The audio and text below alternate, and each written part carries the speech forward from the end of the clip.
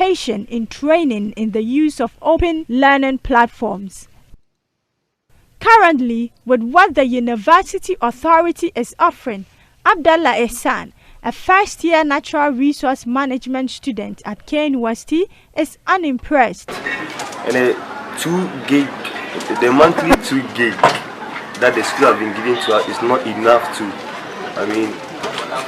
cater for the virtual learning program. Abdul Futa, a second-year KNUST computer science student, said on his WhatsApp status, data must be free in times like this. He added in a chat, 2 gigabytes at most lasts for 2 weeks. Rexford Bonnie is telecommunication engineering student. When this whole idea came up, as a very concerned student, an educated one, I decided to arrange a tutorial that was going to expose students to what is being implemented. Now, this gave me a chance to receive feedbacks from most of the students. And what is happening is, for now, if you are supposed to implement, to actually make academic assessments, then it means that we are riding over psychological trauma, which was sampled from some of the feedbacks I had. We'll be riding over psychological trauma. Some people who do not have even accessories to also access the internet, some people who do not have proper networks. Now, I think it's very commendable on the side of the authorities trying to bargain for 0 data charges on all e-learning platforms. But then some people do not even have the proper networks to even enjoy these 0 data charges. What about the lecturers? Have they been given free bundle? If students are given free, say, Vodafone data, and let's assume they're able to access it, is the lecturer giving a free data?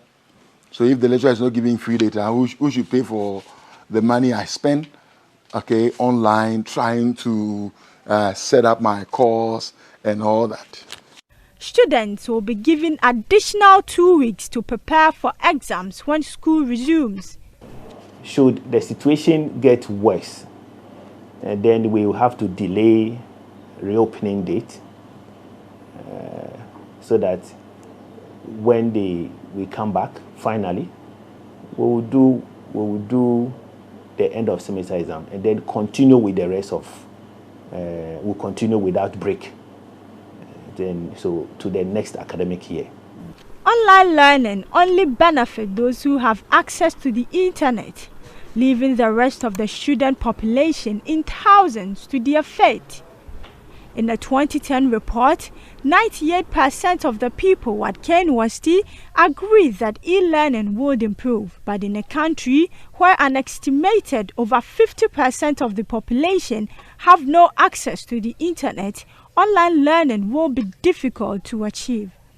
A study at the Presbyterian University College on e-learning implementation in institutions of higher learning shows successful implementation of the e-learning environment was dependent on 4 key factors: ICT leadership, support and training initiative, as well as the teachers' ICT capacity. Another study a year earlier had recommended that to make e-learning a reality, there should be some further strategies to improve access to personal computers, improve the broadband width. These perhaps can serve as a guide to policymakers to ensure education, especially at the tertiary level, is feasible in times of pandemics like COVID-19. Reporting for JoyNews by Mohammed.